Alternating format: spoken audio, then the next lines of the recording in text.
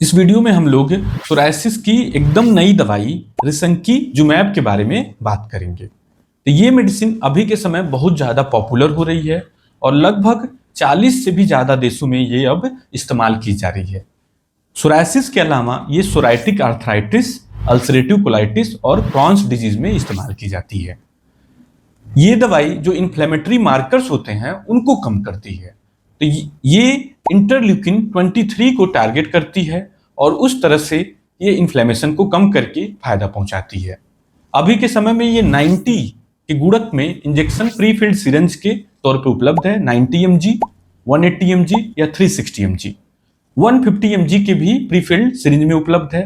इसके अलावा ivy injection के तौर पर भी 600 mg के इंजेक्शन के रूप में उपलब्ध है।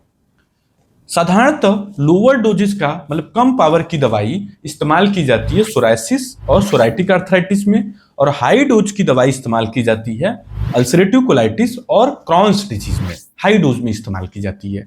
तो सोरायसिस का जो डोजिंग शेड्यूल जो सबसे ज्यादा पॉपुलर है वो है 150 mg का डोज, फिर उसके बाद 1 महीने के बाद रिपीट करना, फिर एवरी 3 मंथली डोज रिपीट करना। जो अल्सरेटिव कोलाइटिस और क्रॉन्स डिजीज है उसमें हायर डोजेज इस्तेमाल किए जाते हैं और जल्दी जल्दी दवाई को रिपीट किया जाता है। इन चारों प्रॉब्लम में ये दवाई बहुत ही कारगर विकल्प के तौर पर उभरी है।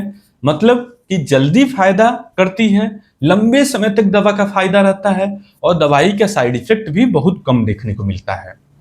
इसके साइड इफेक्ट के बारे में अब बात करेंगे। तो साइड इफेक्ट दो पार्ट में डिवाइड होगा, साधारण साइड इफेक्ट और कॉम्प्लेक्स साइड इफेक्ट, मतलब कि सीवियर साइड इफेक्ट। तो साधारण साइड इफेक्ट में अपर रेस्पिरेटरी ट्रैक्ट इन्फेक्शन, मतलब कि जो सांस का ऊपरी रास्ता है, नाक, गला, इसका इन्फेक्शन काफी मरीजों में देखने को मिलता है। इसी तरह से पेशाब के रास्ते का यूरिनरी ट्रैक्ट इन्फेक्शन भी काफी मरीजों में देखने को मिलता है। कई जगह बॉडी में ये दर्द करा सकता है, जैसे सिर में दर्द, पेट में दर्द, हड्डियों में दर्द, आर्थरेल्जिया, पीठ में दर्द, मतलब कि जो बैक है, लोअर बैक, वहां पर भी दर्द करवा सकता है। इसके अलावा फटीग, बुखार आना, इस तरह की भी समस्याएं देखने को मिली हैं। कुछ मरीजों में एक्जिमा और स्किन के रैशेस भी देखने को मिले हैं, लेकिन ये सब साधारण कैटेगरी में काउंट किए जाते हैं। जैसे आपको इन्फेक्शन हुआ तो जरूरत पड़ने पर डॉक्टर एंटीबायोटिक्स का सहारा ले लेगा, कुछ और दवाइयों का सहारा लेकर के उन्हें हैंडल कर लेगा।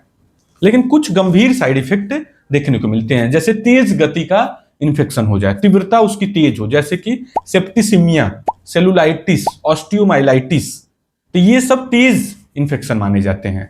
एक तेज इन्फेक्शन तो नहीं है लेकिन पीड़ादायी इन्फेक्शन है हर्पीज जोस्टर, वो भी देखने को मिलता है। इसी तरह से इस दवाई की वजह से रिएक्शन देखा गया है जिसे एनाफाइलेक्सिस बोला जाता है, और उसमें गले में सूजन आ जाता है, चेहरे पे सूजन, चेहरे पे रैशेज, लाल लाल चकत्ते, इस तरह की प्रॉब्लम भी देखने को मिल जाती है। और वो यदि प्रॉपर टाइम से मैनेज नहीं किया गया तो उसमें मरीज की जान भी जा सकती है। इसीलिए डॉक्टर हमेशा हॉस्पिटल सेटिंग में अपने सामने इमरजेंसी इक्विपमेंट्स के साथ में ये इंजेक्शन लगवाता है। मतलब कि जो ऑक्सीजन मास्क है, इमरजेंसी दवाइयां हैं, एड्रेनालिन, एविल, हाइड्रोकॉर्ट, ये सब दवाइयों को रेडी करके ही आपको लगाता है, क्योंकि एनाफाइलेक्सिस बहुत आसानी से मैनेज किया जा सकता है लेकिन कुछ सिचुएशन में जानलेवा भी साबित हो सकता है। और इन्फेक्शन के साथ भी वही है कि टाइमली मैनेज नहीं किया गया है प्रॉपरली तो वो भी जानलेवा साबित हो सकता है। लेकिन उसका उपाय है, ये सारे प्रॉब्लम का उपाय है यदि प्रॉपर हॉस्पिटल सेटिंग में दवाई ली जाए तो कोई डरने की बात नहीं है। एक साइड इफेक्ट जो कुछ मरीजों में कंसर्निंग उभर के आया, लीवर के ऊपर डैमेज, ऐसा कुछ केस निकल के आया है एक आध दो मरीजों में, इसकी वजह से लीवर में क्षति पहुंची है जब हाई डोज में इस्तेमाल किया गया है। इसलिए डॉक्टर हमेशा टेस्ट करवाता है तमाम तरह की दवाई देने के पहले, जैसे आपका CBC, LFT, KFT, fasting lipid profile, viral marker, hepatitis B, hepatitis C, HIV, tuberculosis, chest X ray, ये सारे टेस्ट जब करा करके एकदम श्योर हो जाता है कि आप इंजेक्शन लेने के काबिल हैं और आपके अंदर साइड इफेक्ट की संभावना कम है, तब आपको डॉक्टर ये दवाई देता है। तो हर तरफ से जब डॉक्टर रिएश्योर हो जाता है, ऐसे आपको डॉक्टर नहीं दी जाएगी। तो जो साइड इफेक्ट आपको मैंने बताए हैं वो रेयर साइड इफेक्ट हैं, दुर्लभ साइड इफेक्ट हैं, और उनको भी मैनेज किया जा सकता है पहले टेस्ट करा के, और बाद में यदि हो भी जाता है तो उसको भी राइट टाइम पे यदि आप डॉक्टर के गाइडेंस को, इंस्ट्रक्शन को फॉलो करेंगे तो काफी कम चांसेस है कि आप किसी मुसीबत में पड़े। एक इंपॉर्टेंट चीज ये है कि ये दवाई एक बेहतर ऑप्शन के तौर पे सोरायसिस के मरीजों में इमर्ज हो रही है। वो कैसे? ये देखा जा रहा है, रिसर्च में डाटा निकल के आ रहा है कि इस दवाई से मरीज लंबे समय तक सोरायसिस फ्री रह रहा है, दवाई बंद करने के बाद भी महीनों तक, कुछ रिसर्च में सालों तक। तो ऐसा देखने को मिल रहा है, ऐसा इशारा देखने को मिल रहा है। तो ये बहुत ही पॉजिटिव और होपफुल संकेत है। सोरायसिस के मरीज इस बात से बड़ा पीड़ित रहते हैं कि दवाई खाई तो उनकी सोरायसिस ठीक, और जब बंद की तो थोड़े समय में ही उनकी बीमारी फिर से वापस आ गई, तो उन्हें फिर से दवाइयों पे जाना पड़ा। तो वो बहुत ज्यादा फ्रस्ट्रेट रहते हैं इस बात से। लेकिन अब साइंस होपफुल सिचुएशन क्रिएट कर रहा है। अब ऐसी, जैसे रिसंकीजुमाब हमने बात की, तो आगे के कुछ वीडियो में हम लोग बात करेंगे कि इसी से मिलती जुलती कुछ और दवाइयां भी आ चुकी हैं जो लंबे समय तक डिजीज फ्री इंटरवल पैदा कर रही हैं। और साथ में ये दवाई एक बड़ी ही अच्छी दवाई, उस्टेकिनुमाब सोरायसिस की दवाई है, उससे भी बेहतर साबित हो रही है रिसर्च में।